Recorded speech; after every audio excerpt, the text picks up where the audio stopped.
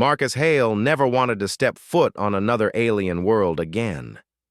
He stood inside the dropship, watching the dull red landscape of Vareth 4 rushing up toward him through the window.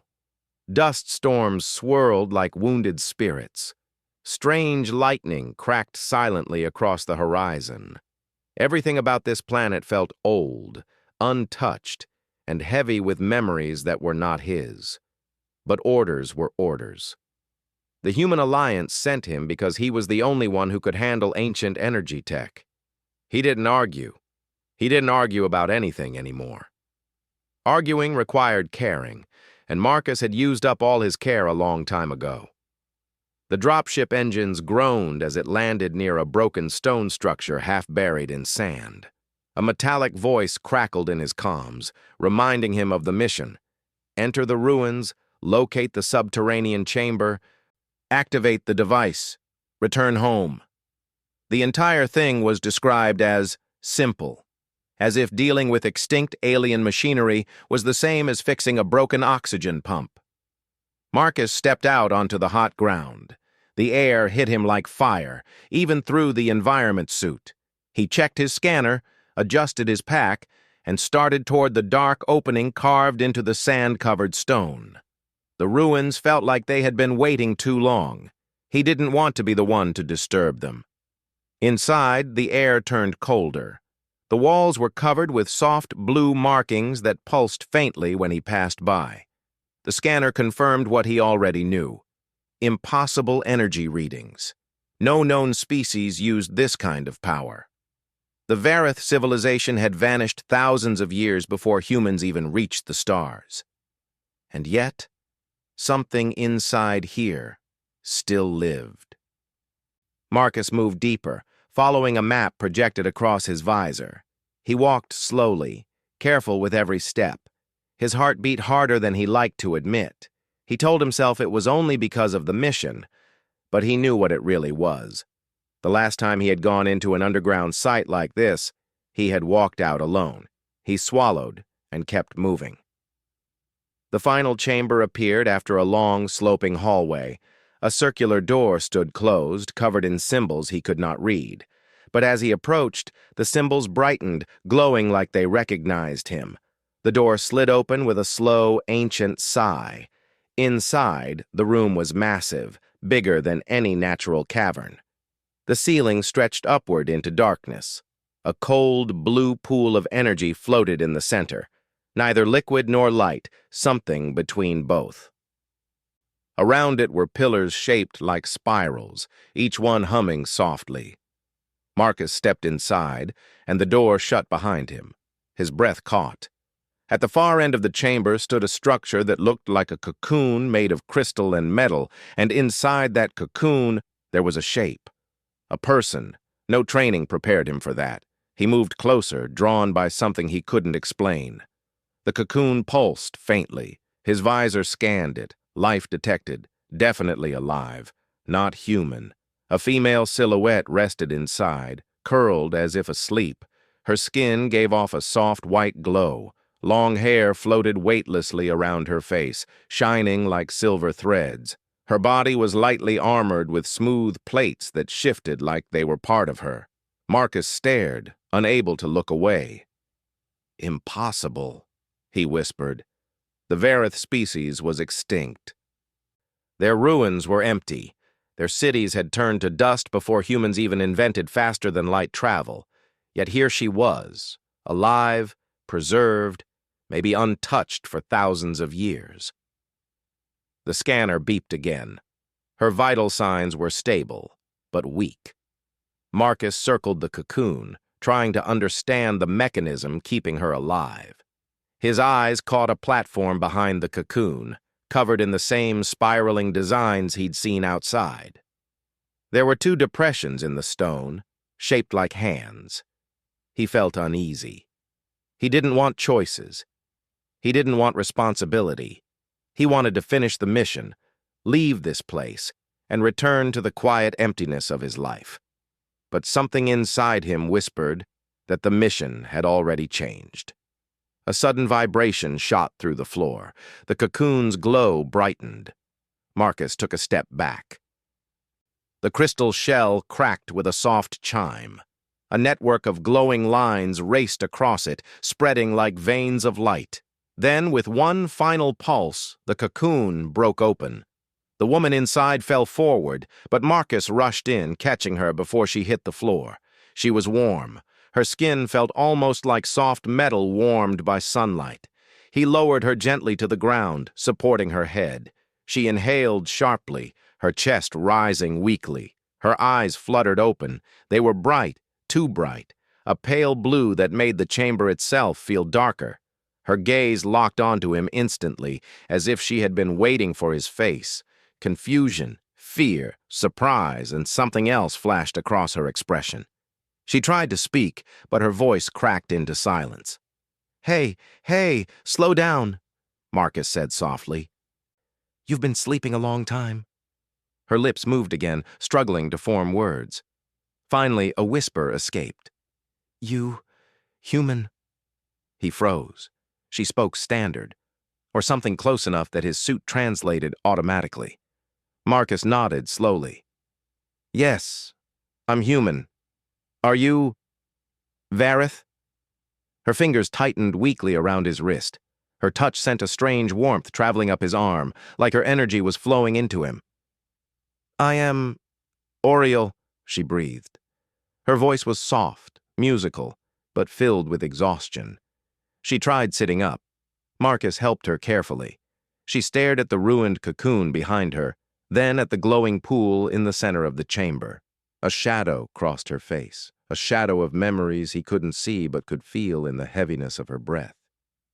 "How long?" she whispered. Marcus checked his readings. "Thousands of years. Maybe more." Her eyes closed, and she swayed. He steadied her again. She touched his cheek lightly, studying him like humans were a rumor she never believed. "You came," she whispered, "just as the prophecy said." Marcus blinked. "Prophecy?" She nodded weakly. "The device, it can only be activated with two minds. One Vareth, one human. The last key was always meant to be your kind." Marcus felt a cold weight settle in his chest. He didn't like the sound of destiny. He barely handled normal responsibility. "Look," he said slowly, "I'm only here because my commanders want the device turned on. That's it. I don't know anything about prophecies." Oriel's expression softened, not with disappointment, but with something like relief, as if she had expected far worse. "You should not have come alone," she said quietly. "The moment you stepped inside, the ancient binding recognized you. You were chosen the instant the door opened." Marcus shook his head. "No one chose me. I'm just the one unlucky enough to be sent here." She touched the floor with trembling fingers. The spiraling symbols lit up around her, reacting to her presence. The chamber hummed softly, like it recognized her too. "You do not understand," she whispered. "This place responds to souls, not orders." Marcus couldn't find an answer to that. Oriel pulled her hand away, breathing shallowly. "The machine, the awakening. None of it will work unless you accept the bond." Marcus felt his stomach drop. "Bond?" he repeated. She nodded slowly. "It is not physical. It is not something that harms, but it connects two beings, permanently. Without it, my people cannot return. The awakening cycle will fail, and I will die soon." Marcus looked at her, really looked at her. Centuries alone, holding on to hope for a people asleep in the dark, waiting for someone she never met, carrying a burden heavier than any he had known. His chest tightened. He knew that feeling too well, holding guilt, pain, memories that wouldn't let him sleep. His own colony had been destroyed, leaving him the only survivor. He remembered the faces he couldn't save, the sound of collapsing structures, the silence after. For years he lived with the feeling that life had chosen him for pain, not purpose. And now an ancient alien civilization wanted to choose him for something even greater. Oriel's voice softened. You look afraid. Marcus exhaled shakily. I've had enough of losing people. That's all. Oriel's hand trembled as she lifted it slightly. She wanted to touch him, but she didn't. Instead, she let her hand fall again. Humans, she murmured. Your hearts are strong. You break, but you still walk forward. I saw it in our history records, and now I see it in your eyes. He didn't answer. She turned toward the glowing energy pool. I can show you. I can explain everything. But first, I must ask. She faced him fully, her eyes glowing with something deep, ancient, and vulnerable. You have a choice, she whispered. If you walk away now, the chamber will close. I will remain here, my people will never awaken, and your commanders will find nothing but an empty ruin. Marcus swallowed. And if I don't walk away? He asked. Oriel's voice softened to almost a breath. Then your life will never be the same. You will be bound to me, to everything I carry, to everything my people will need. It is a choice no human should make lightly. Silence filled the chamber. The glowing symbols pulsed gently, like they waited for his answer. Marcus stood still, heart pounding. He didn't want this. He wanted simple missions, simple repairs, simple days, no connections, no bonds, no more losses. But here she was, a woman lost in time, a civilization sleeping in darkness, a responsibility he never asked for, and a choice he never wanted, yet he didn't walk away, and that frightened him more than anything. Marcus stood frozen in the ancient chamber, the dim blue light bouncing off his visor as Oriel waited for his answer. She didn't pressure him. She didn't beg. She simply watched him with those quiet, glowing eyes, as if she already knew how heavy the choice felt on his shoulders. He didn't speak for a long time. His hands shook slightly, though he hid them behind his suit. He wasn't afraid of the bond itself. He was afraid of what it meant, of what it demanded from him, of what it reminded him of. Every person he tried to save before, every person who didn't make it. But when he looked at Oriel, he didn't see a burden. He didn't see a mission. He saw someone who had been alone longer than any living being deserved, someone waiting for help that never came, someone holding on to hope even as centuries passed. Finally, he whispered, If I say yes, what exactly happens? Oriel breathed out slowly, as if relieved he didn't walk away. She shifted slightly, her weakened body leaning against one of the glowing pillars for support. The bond is a joining of minds, she said softly. It does not hurt. It shares memories, feelings, energy, but only what each partner allows. You do not lose yourself. You grow. Marcus frowned. And it's permanent? Her eyes lowered. Yes. He felt that word settle in his chest like a stone. Permanent. He had avoided anything permanent since the colony accident. He kept his life simple because simple things didn't break. Simple things didn't cry or bleed or disappear. Simple things didn't leave him standing alone with guilt that ate at him like rust. Oriel looked up again. Marcus, I would not ask if there was another way. The awakening of my people requires balance. 2 minds, 2 energies. Without you, the device will fail. And without the device, I will fade within days. Marcus let out a tired breath. Not frustrated, just tired. Always tired. Why me? He murmured. Oriel stepped a little closer, not touching him, just closing the distance enough that her presence softened the cold space around him. The chamber chose you, she said. It responds to intention, to truth inside someone's heart. You entered with fear, but not selfishness. You were ready to face pain if it meant saving others. Marcus didn't like that answer. He didn't want to be noble. He didn't want to be chosen. He wanted to be left alone. But destiny, or whatever this was, didn't seem to care. He rubbed the back of his neck. If I help you. Will I still be me?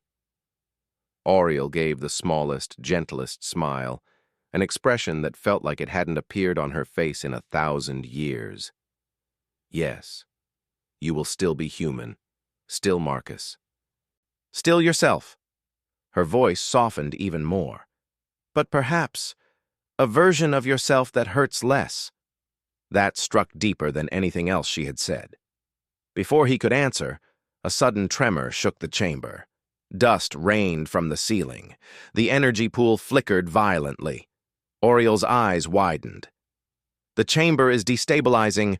My awakening was incomplete. If we do not begin the bond soon, the whole system may collapse. Marcus steadied himself as the floor trembled again. This wasn't a gentle reminder, this was a warning. All right, he said through clenched teeth. Tell me what to do. Oriel's eyes filled with something soft, gratitude, relief, and something warmer he couldn't name.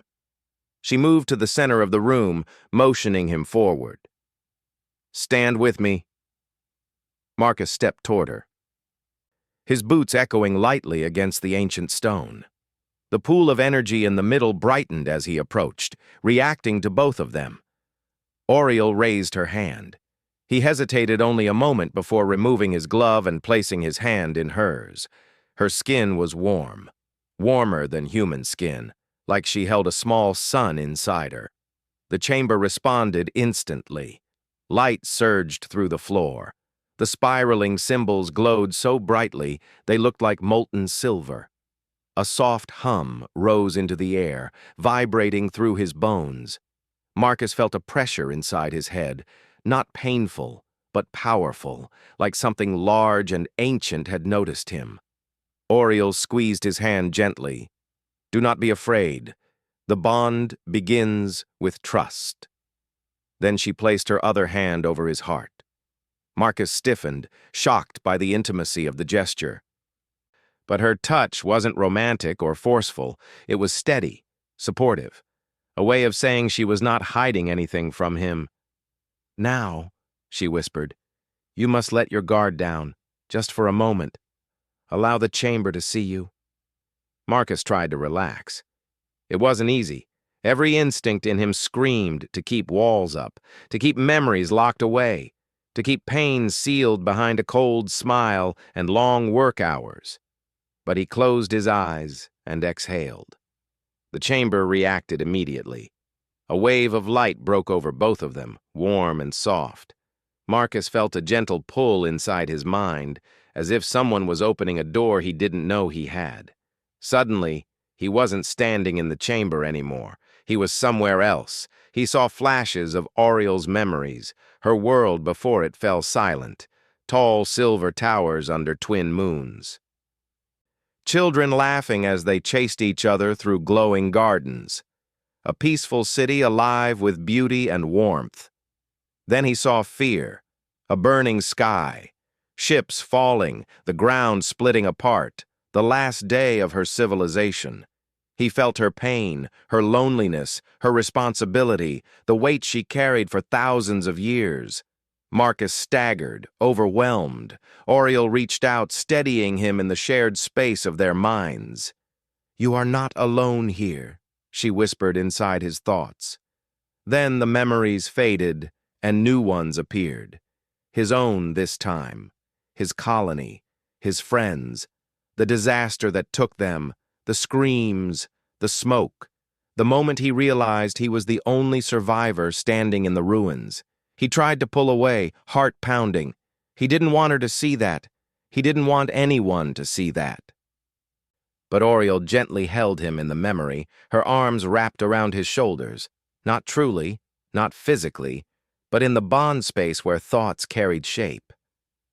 Marcus, you carried this alone, she whispered inside his mind. Too long? He couldn't answer. His throat felt tight. He wasn't used to someone sharing his pain without judgment. Then something changed. The chamber brightened, and the memories dissolved. A warmth began spreading through him, not heat, not fire, but something softer, like calm after a storm. He felt a new presence inside his thoughts. Oriel's presence. Gentle, steady, kind. The bond was not a chain. It was a connection. He could feel her heartbeat echo faintly inside his own. He could sense her breathing. He could sense her relief. And surprisingly, he did not feel lost. The chamber dimmed. The light settled. Their hands remained joined, but the overwhelming force faded into a quiet stillness. Marcus opened his eyes. Oriel stood before him, breathing softly, her expression filled with emotion. The glow in her eyes had deepened. Her body seemed stronger, steadier, as if the bond gave her life again. "It is done," she said quietly. Marcus swallowed. That was intense. Oriel smiled weakly. "For both of us." They released each other's hands slowly.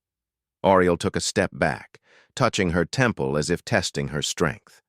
Marcus could feel her emotions through the bond, not clearly but like distant whispers. Gratitude, calm, a hidden sorrow, and beneath it all, a small spark of something warm directed toward him. Before he could speak, the ground shook again, this time far stronger. A rumbling echoed from deeper tunnels. "What now?" Marcus muttered. Oriel turned toward the chamber exit, her expression suddenly sharp, alert. "We are no longer alone. Energy spikes like ours attract attention across the region. If the Voran Syndicate detected the activation..." "Who?" Marcus asked. "A hostile faction," she replied. "Raiders, destroyers. They seek forgotten technology to claim for themselves." Another tremor shook the room. She straightened, her armor plates shifting across her body as if awakening with her. "We must leave," she said firmly. "The awakening begins soon. My people will need protection." Marcus drew in a deep breath, checking his gear. "And the bond helps us do that?" Oriel stepped beside him. "More than you know. I can sense your thoughts, your instincts, your emotions. And you can sense mine." Marcus blinked. "I can?" Oriel's expression softened slightly. "With time, yes." He didn't know how to feel about that. But right now, survival mattered more. The chamber doors began closing slowly, ancient mechanisms grinding, warning them that the room was entering lockdown. Oriel grabbed his arm. "Marcus, we must run." For the first time since he met her, she sounded afraid not for herself, but for him. They sprinted out of the chamber together, the blue symbols lighting their way. The bond pulsed softly between them, each heartbeat echoing faintly through the other. He had no idea what waited outside. He had no idea how dangerous the Voran Syndicate was. He had no idea how much this bond would change. But he did know one thing. He wasn't running alone anymore.